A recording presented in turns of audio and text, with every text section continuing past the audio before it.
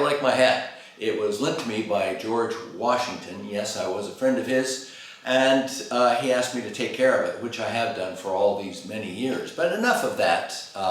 Let's talk about what's going on in the man cave here at Wistful Vistas in beautiful suburban San Diego, California. Okay, the mandatory weather report.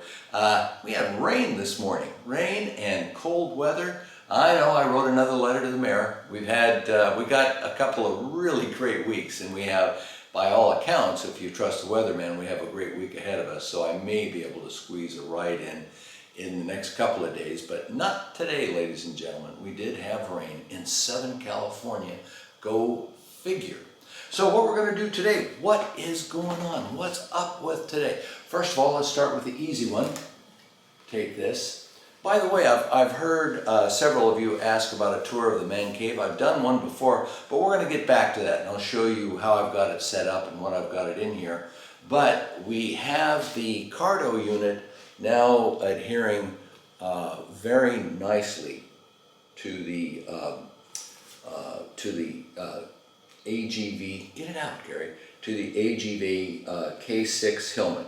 And thanks to Road Glide for that suggestion to use the double-sided tape. I should have thought about that myself, and I feel so much better about that. But it's there, it's on, and we're going to ride it. I have ridden with that helmet just very briefly without the communication device, and I've got to say, first impressions are pretty good of it. Very lightweight helmet. The other really exciting thing that happened, Mr. Scott Paccione, and Scott, let me know if I'm pronouncing your name correctly. Great fellow that I've had a few communications with, and he also has a new Aprilia Tuono touring edition. He saw my fiddling around with the windshield, looking for perhaps a little more wind protection, and he ordered a replacement for his touring in a tinted model, which meant that he had the clear model as excess, and he sent it to me. Even I offered to pay for the shipping. I feel a little guilty about that, Scott, that you even paid for the shipping. But he sent it over, and that's after we determined that the attachment points, or actually he determined, the attachment points are the same for either model. So, and I must say the OEM finishes are better than the other unit. The looks, though, I'm going to leave it up to you. So we're going to put this on very quickly today. Not going to be able to ride it, but we're going to get it put on there, and then we'll assess how it looks. So stand by. We'll go through that attachment procedure very quickly. And Scott, buddy, you are the man. Thank you very much.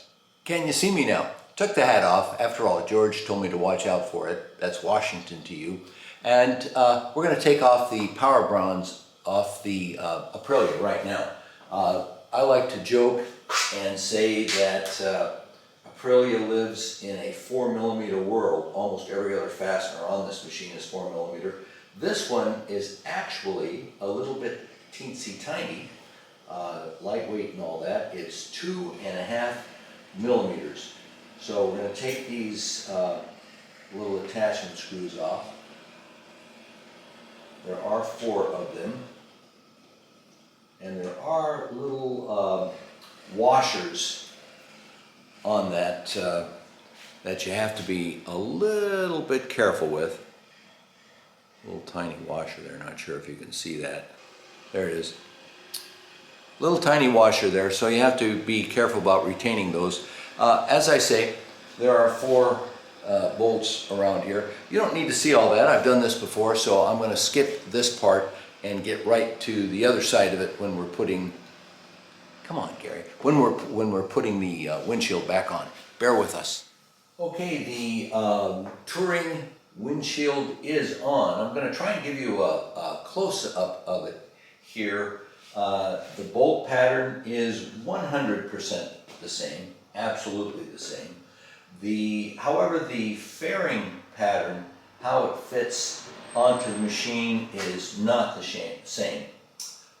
There's a little bit of a relief here, a cutout pattern that the other fairings fit into.